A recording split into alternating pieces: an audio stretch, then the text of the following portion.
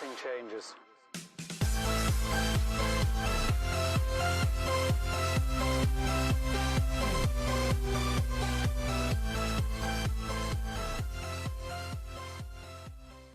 Hey, what's up everybody? Welcome into the channel. Thank you for joining me on a Tuesday afternoon. As always, I appreciate the time that you guys take to watch these videos. And if you do enjoy them and they help you, hit the like button and subscribe so you don't miss any future videos. So today, the title kind of speaks for itself. Let's talk about customer service. I think it's very important because in the world that we live in today of scammers on e-commerce platforms, on the world or in the world of mystery boxes and Instagram, and dealing with people who may have a social media following, you know, the old term, what's that old adage, the customer is always right, it has a kind of a new meaning. And so I kind of want to give you two experiences on my side, and I want you guys to comment down below how you would handle it and what your thoughts are on how I handle it and how other folks may have handled that situation if it was brought to them.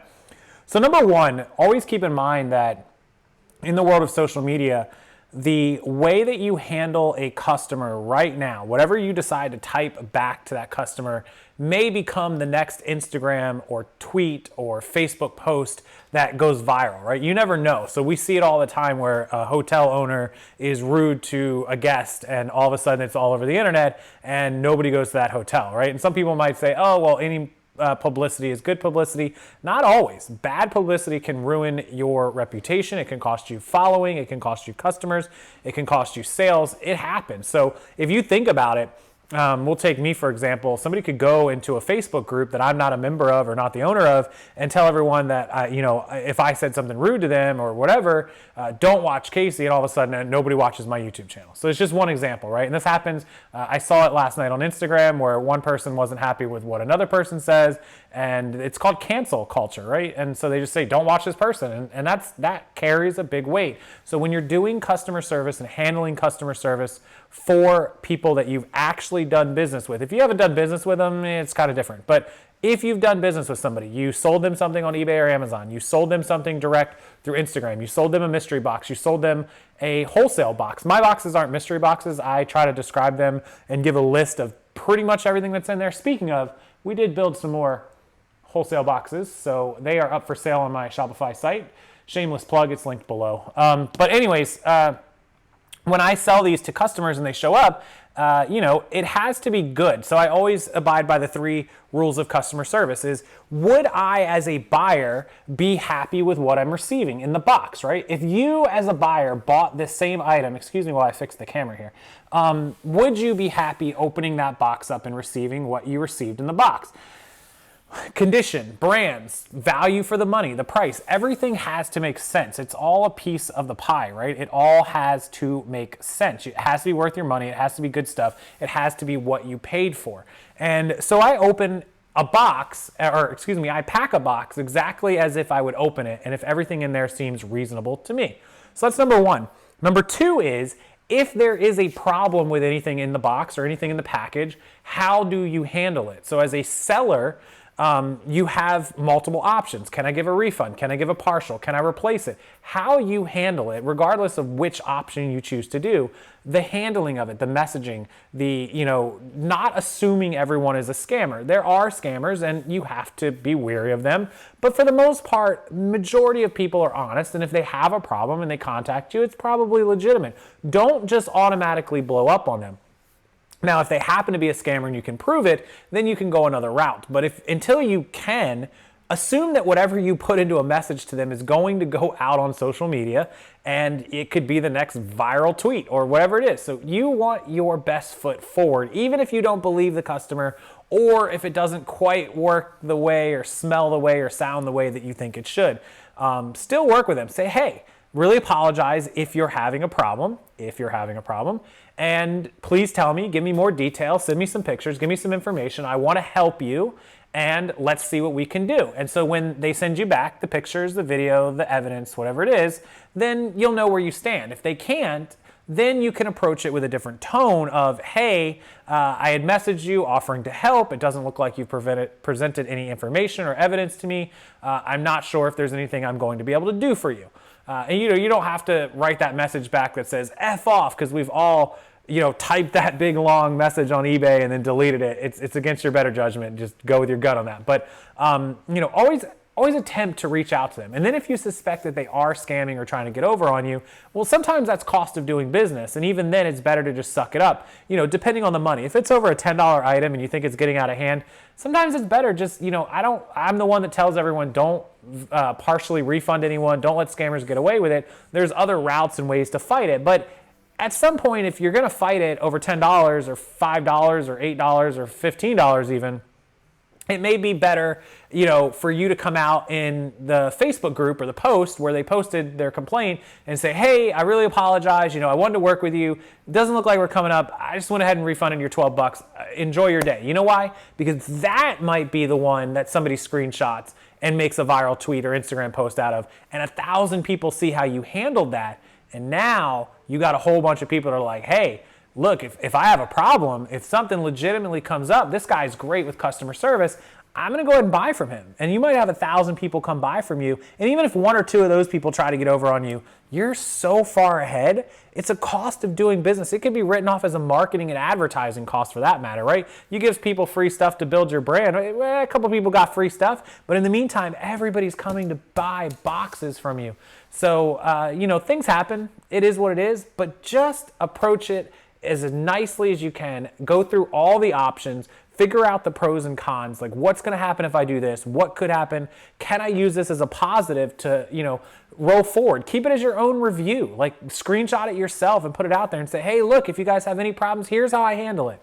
It's not code for take advantage of me or just steal from me, but it's code with, if you have a legitimate problem, a legitimate concern, and you're an honest person, I will help you out. Otherwise, no, I'm going to fight it. You can screenshot the ones where it's a scammer and you fight them, and you constantly remind people like, hey, here's the person I helped and here's the person I didn't help. And so customer service has to be a really good balance of helping people that deserve help and not helping people that don't deserve help, but making sure that you present yourself in a professional business manner so that nobody can take your words or your pictures or your screenshots and use them against you later. We live in 2020. It's almost 2021 now, which sounds crazy. 2021, right?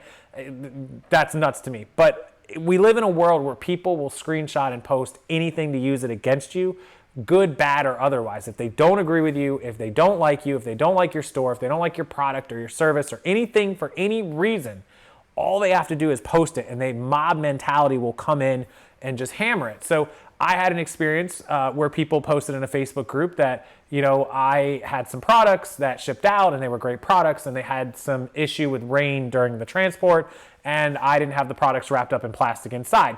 Mainly because it was a lot of items, it was a bulk purchase, and I'm just not going to use that much plastic for a bulk purchase, especially when I'm selling a ton of boxes. But in hindsight, I look back and I'm like, it's kind of a problem. Maybe I'm going to have to adjust what I do. So I'll take that. Hey, look, a few pieces are ruined. Just let me know how many, I'll refund it. Or I will send you out equal amounts, which they didn't want.